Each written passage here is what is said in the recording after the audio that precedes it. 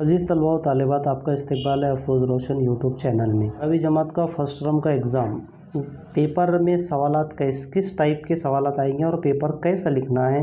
तो आइए 12वीं जमात का उर्दू का पेपर जो 50 नंबर के लिए होता है वो समात फरमाएँ। तो नंबर पूछे जाएंगे इससे सबक से 14 नंबर के लिए पूछे जाएंगे और इस तरह से सवाल नंबर 1 का अलीफ नंबर 1 इस तरह से, और ये पैराग्राफ पढ़ना है और आपको नीचे दी गई सरगर्मियाँ में नीचे सरगर्मियाँ दी गई है, ये सरगर्मियाँ आपको लिखना है। फिर सवाल नंबर 2 का अलीफ है, फिर ये इक्तिबास दिया हुआ है और इक्तिबास देने के बाद में सही और मुतवक्के जवाब अब यहाँ पर हमको लिखना है। सब नंबर 1, नंबर 2, नंबर 3। फिर सवाल नंबर 2 का अलीफ, यहाँ पर एक नज़म दी गई है और फिर उसके नीचे सवालात दी गए नंबर 2, नंबर 3। फिर सवाल नंबर 2 का बे में रुबाई दी गई है, रुबाई पढ़ना है 4 मिसरों की, और उसके बाद में ये नीचे सरगर्मी दी गई है और रुबाई में शायर जो बात कहना चाहता है उसे लिखिए, ऐसा सवाल है। फिर उसके बाद में हिस्सा 3 में जो है तो इजाफी मुताले के लिए 9 नंबर के सवाल पूछे जाते हैं और सवाल नंबर 3 का अलीफ, इसमें जो है तो पैराग्राफ दिया गया है।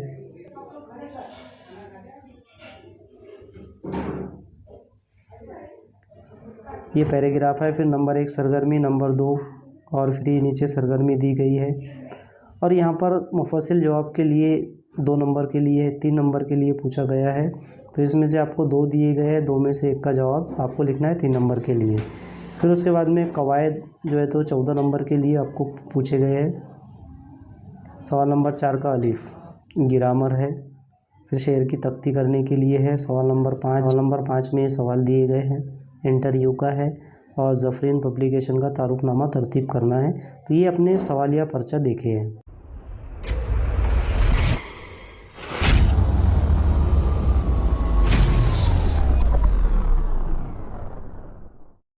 आपको सबसे पहले क्या करना है, जवाबिया पर्चा मिलेगा आपको, फर्स्ट को टिक करना है और सेमेस्टर को यहाँ पर 2 तो 20 लिखा हुआ, उसके आगे 23 लिखना है।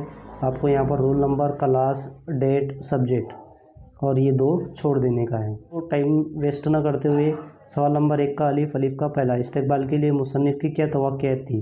पहला, फ़ौज का दस्ता आएगा, बैंड होगा, मोटरें होंगी, ड्राइवर दरवाज़ा खोलेंगे। उसके बाद में दूसरा, दर्जे अव्वल का टिकट मिला, आम आदमी नहीं लफ्टीन है, अरशे मोहल्ला से कुछ ही इधर था, बेहद खुरदुरी लगी।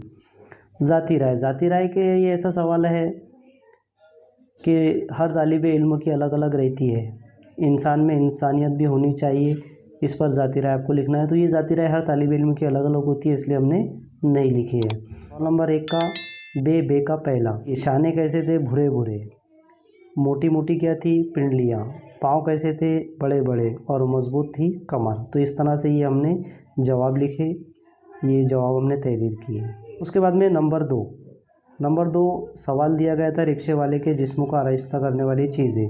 सर और गर्दन में सूती मफलर थी, आधी आस्तीन की खाकी कमीज थी, पुराना सेंडोकेट स्वेटर था, टांगों में खाकी निकर था। उसके बाद में नंबर 3 दिया गया है, रिक्शे वाले को देखकर उबैद के ख्यालात पर इज़ार ख्यालात कीजिए। तो ये ज़ाती राय हर तालिब इल्म की अलग अलग होंगी। सवाल नंबर 2 का अलीफ में एक सरगर्मी दी गई है, शहर नाम क्या था, कुंचन पटन, सिमत क्या थी, मशरिक, नद क्या थी, नादिर, और लोग खुशहाल। उसके बाद में दूसरा दिया गया कि शहर की आबो हवा की तासीर को अपने अल्फाज में तहरीर कीजिए। तो ये सरगर्मी हर तालिब इल्म की अलग होंगी, अलग अलग आएंगी, आपको अलग अलग लिखने हैं। तीसरा दिया गया था तशरीह करिए। तो जो सवालिया पर्चे में आपने देखे हैं, जो शेर, उसकी तशरीह देखो कि मसनवी में इब्न निशाती ने सोने के शहर कुंचन पटन की तारीफ़ में बड़े मुबालगे से काम लिया है।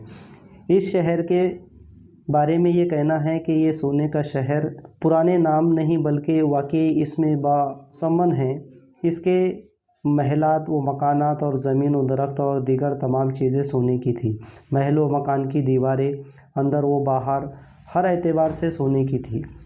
उनके दरवाज़े कवाड़ा भी सोने के थे, गर्ज के हर चीज़ सोने की थी। ये खूबियाँ बयान करने के बाद वो कहता है कि आसमान के नीचे ऐसा नादिर व नायाब शहर किसी आँख वाले ने नहीं देखा। सवाल नंबर 2 का बे का पहला।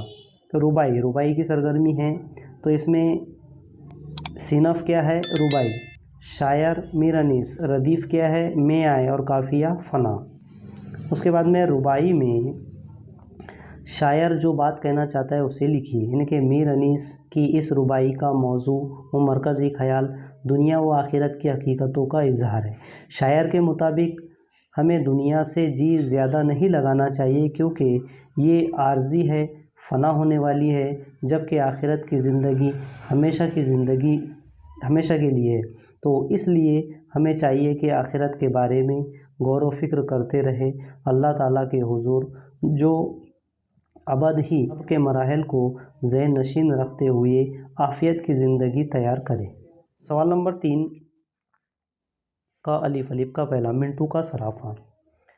यहाँ पर बड़ी बड़ी क्या थी, आँखें, नाजुक नाजुक हाथ पैर, जर्द जर्द गाल, बेतुके दांत। दूसरी सरगर्मी है बहस करने लगे, जुमले कतरते रहे। तीसरा है मोर के पर याद आ गए, आलम में पथराते। तो ये तीसरी ज़ाती राय के लिए जो सवाल दिया गया है सवालिया पर्चे में, सरगर्मी तलबा व तालिबात खुद हल करना है। सवाल नंबर 3 का बे में जो है तो आपको मुफस्सिल सवाल कोई एक लिखना है। तो हमने बाकिर मेहंदी साहब की शख्सियत व किरदार पर ये जवाब लिख रहे हैं। तो बाकिर मेहंदी साहब की शख्सियत व किरदार पर लिखे गए खाके में खाका निगार यूसुफ नाजिम ने तंजिया अंदाज बयान कसरत से इस्तेमाल किया है, मगर उनके किरदार की आला खूबियों की बिल्कुल वाज़े तौर पर तहरीर किया है। बाकिर मेहंदी बेक वक्त शायर, नक्काद, मुकर्रिर, अदबी उलूम के माहिर थे। वो दूर रस निगाह रखने वाले बेबाक व बेलाग मुबस्सिर थे। किसी बात की तहकीक वो हत्तमुल मकान तौर पर करते थे, फिर उसे मजबूत तहरीर लाते। बाज़ दिफ़ा तो अपनी ही तहरीर से मुतमईन नज़र नहीं आते, वो जदीदियत के अलमदारों में शुमार किए जाते हैं, लिहाजा रिवायत की शिकनी की सिनफ से मुतसव्वुफ़ थे। तबीयत व आदत और दिल व बातिन की सफाई उनके किरदार की नुमायाँ खूबियाँ थी। वो तसन्ना, बनावट और तामुल व हिचकिचाहट वगैरह से पाक थे। अपने मज़मून के इख्तितामिया में खाका निगार ने बाकिर मेहंदी की शख्सियत को उन लोगों से मुख्तलिफ बताया है। ये देखिए सवाल नंबर 4। सवाल नंबर 4 में अलिफ, अलिफ में पहले दिया गया है जुमलों में इस्तेमाल करना है पसंदाज। तो जुमला देखिए, विकार कैफियत शुआरी करके कुछ पैसा पसंदाज करके रखता है। हाथ बटाना, दूसरा है हाथ बटाना, यानी कि जुमलों में इस्तेमाल किस तरह करेंगे कि मोइन अपने वालिद के कामों में हाथ बटाता है। तीसरा है मुस्बत मनफी जुमले का सवाल दिया गया था है, यानी कि इसमें मुस्बत जुमला बुरा वक्त गुजर जाता है। सवाल नंबर इसके बाद में सवाल नंबर 4 का बे, तजनीस का नाम लिखना है। एक आपको शेर दिया गया है सवालिया पर्चे में, तजनीस ज़ायद नाकिस, बात और नबात, एक हुरूफ शुरू में ज़ायद है।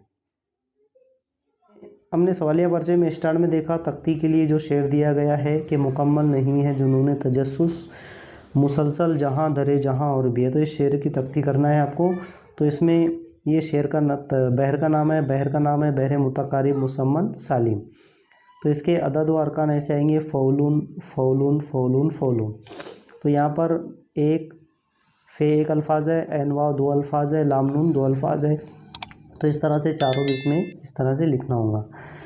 तो देखो मीम पेश मु, काफ मीम ज़बर कम, मुकम, मीम लाम ज़बर मल, मुकम्मल। तो इस तरह से शेर की तख्ती आप स्क्रीन पर देख रहे हैं। सवालिया पर्चे में सवाल नंबर 5 का अलिफ, अलिफ में सवाल दिया गया था इंटरव्यू के लिए कि इंटरव्यू लेना है आपको, तो उसके खिलाड़ी से इंटरव्यू के लिए सवाल दिया गया है। तो उस पर हमने सवाल का खाका बनाकर लेकर आए हैं।